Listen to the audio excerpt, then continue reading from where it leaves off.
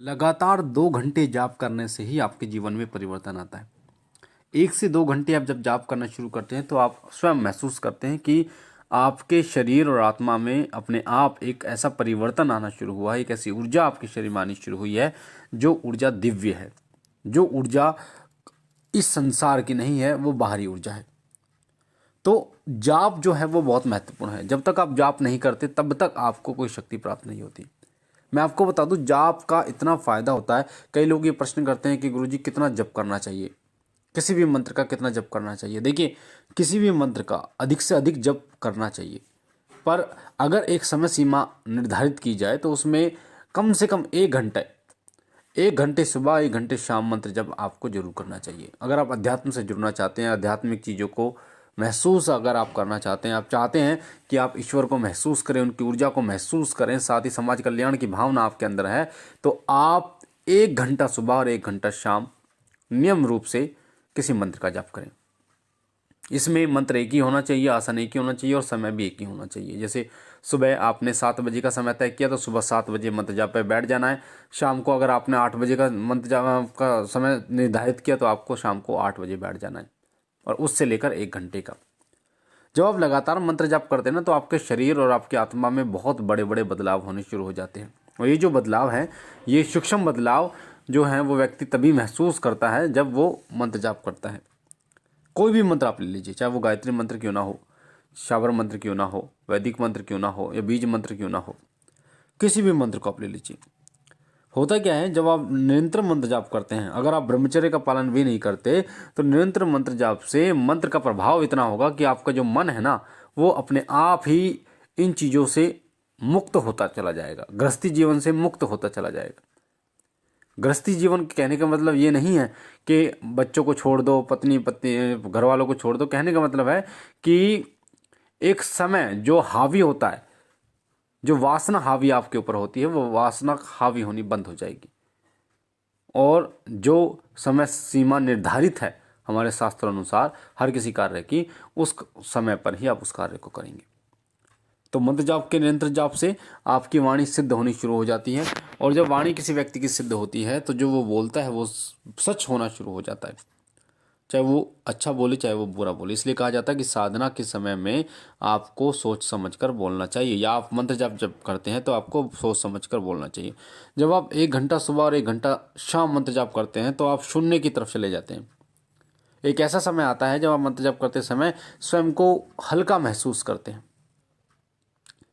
एक ऊर्जा नीचे से ऊपर की तरफ उठती है, और उस समय पर आपको ऐसा लगता है जैसे आपके हाथ पैर शून्य हो गए हैं।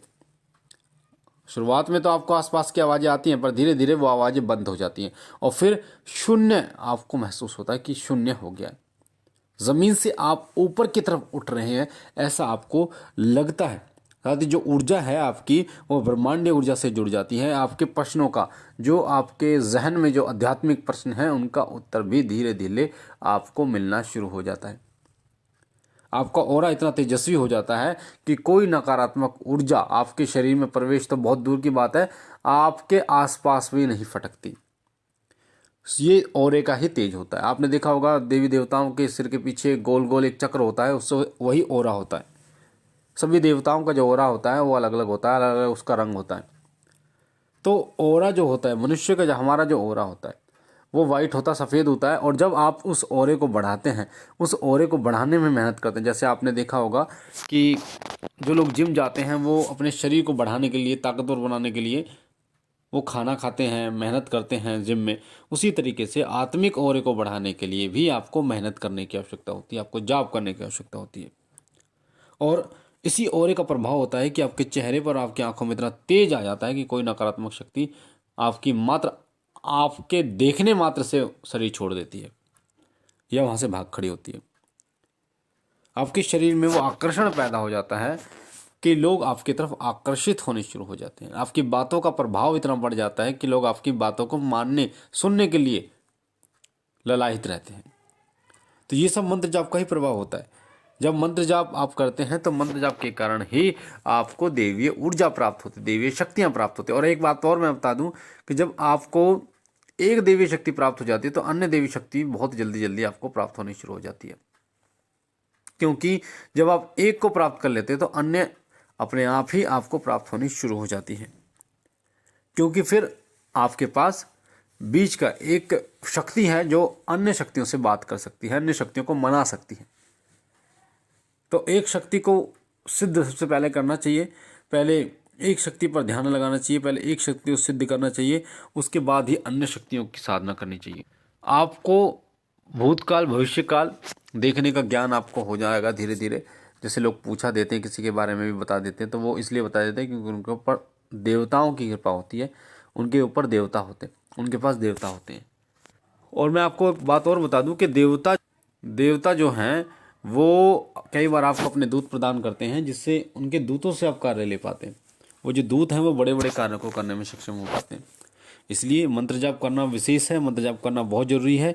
अगर आप मंत्र जाप करते चले जाते हैं तो आपका भौतिक जीवन और आध्यात्मिक जीवन दोनों सुधरता चला जाता है, क्योंकि आप डिसीजन जिसे कहते हैं, फैसले लेने की क्षमता आपकी बढ़ जाती है।